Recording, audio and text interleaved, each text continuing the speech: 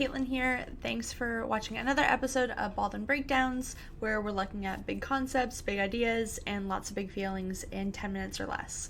And this month's episode is anger, which I'm really excited about. Anger is one of my favorite things to work with ever. I think it's why I really like working with relationship issues. And the term kind of anger management. And so my hope is that with this video, people can get a better understanding of anger and that it's not this horribly bad thing that we need to get rid of.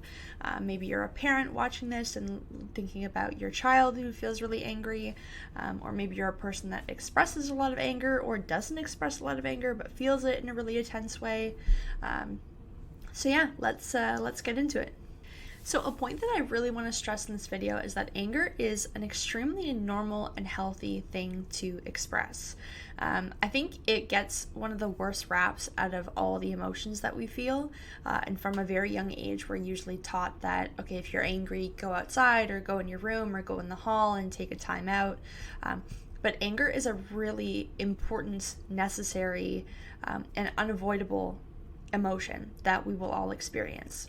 And I want just to put this slide up here about the different variations of anger. So if you think of anger as a spectrum, it might range anywhere from being kind of irritated or frustrated, even annoyed, all the way to being extremely outraged.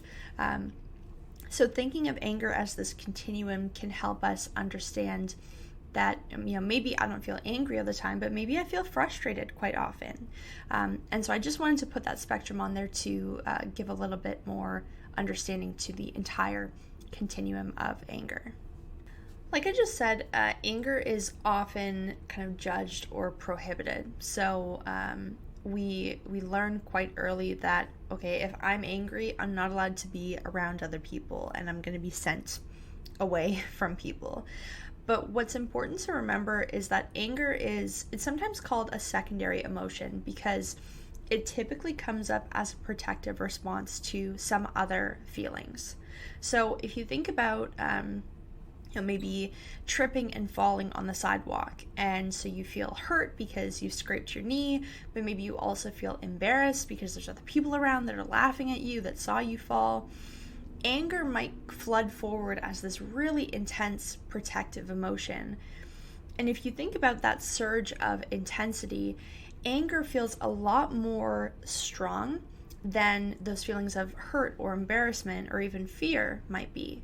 So, when we're witnessing another person being really angry, again, whether it's a child or an adult or a partner or a friend, it's helpful to think about what emotions might be underneath that.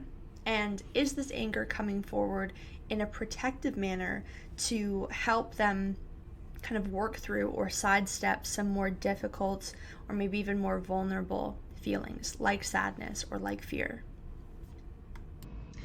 I just had a session and it got darker out, so if there's a lighting change, that's why. But so at this point, you might be thinking, hey, I've avoided anger for this long and I've turned out fine. Or, hey, it's not a big deal if I don't express when I'm angry because I don't want to deal with the conflict that might come up. And, I haven't really noticed any big problems that have come from it. It's fine. It's not fine because when we don't express anger or learn to be okay with anger, learn to sit with anger when it comes up, we're more likely to experience a lot of different things. One is that we're much more likely to experience a generalized state of stress or anxiety. So if we understand that anger comes with this big physical presence, a lot of energy, a lot of activation in our nervous system, and we don't ever express it, it kind of rises our baseline level of activity. And so very often when people come with a generalized anxiety disorder or just high levels of anxiety all around, something that so commonly comes through in those themes is that they have repeatedly ignored their anger impulses. Maybe they're a people pleaser, maybe they don't ever want to have conflict, and so as a result this anxiety just builds and builds and builds, and I see that all the time. Another thing that happens when we don't express anger routinely and in a healthy way is that when it does come up, we're much more likely to explode and just be impulsive. So whenever we feel frustrated or annoyed or angry, it's like boom, it's so much bigger than it needs to be, because it's not only the anger in that moment, it's also the anger of 20, 30 years that we've just kind of pushed down and ignored. Another thing that a lot of people don't know is that when you suppress anger or don't give it a space to be expressed, you're actually more likely to experience chronic pain disorders. And this relates back to your nervous system as well, but it's just kind of an interesting fact that a lot of people don't know or realize. And there's a lot of other, potential negative effects that can come from suppressing anger, but these are three that I see most often. So even though we're already like 6, 7 minutes into the video, there's a very important point that I want to make, which I feel like a lot of people get mixed up or they forget about. And this happens so often when I have individuals actually coming in for support with like anger management, is the emotion of anger, the feeling of anger is a separate thing from the behavior and the kind of crappy or undesirable behavior that we often have a problem with. So a lot of times people will think anger and yelling are one and the same, or anger and throwing things are one and the same. Those are separate. The certain behaviors, which I can kind of broadly say that we don't like, like yelling, screaming, hitting, throwing things, breaking things, whatever, that's undesirable. And sure, we can do what we want, or we can do what we can to avoid those behaviors. But that doesn't mean that we need to avoid the emotion itself. We can have anger and it can be separated and even completely gone. What am I trying to say here? Anger doesn't need to come with these behaviors. Anger can come with other behaviors, but the emotion itself isn't the problem. And I think that's a point where people get really stuck is, well, when I'm angry, I just yell and I scream and I break things, so I can't ever be angry. I need to get rid of my anger. That's what people say all the time to me. You can have the anger without those undesirable behaviors.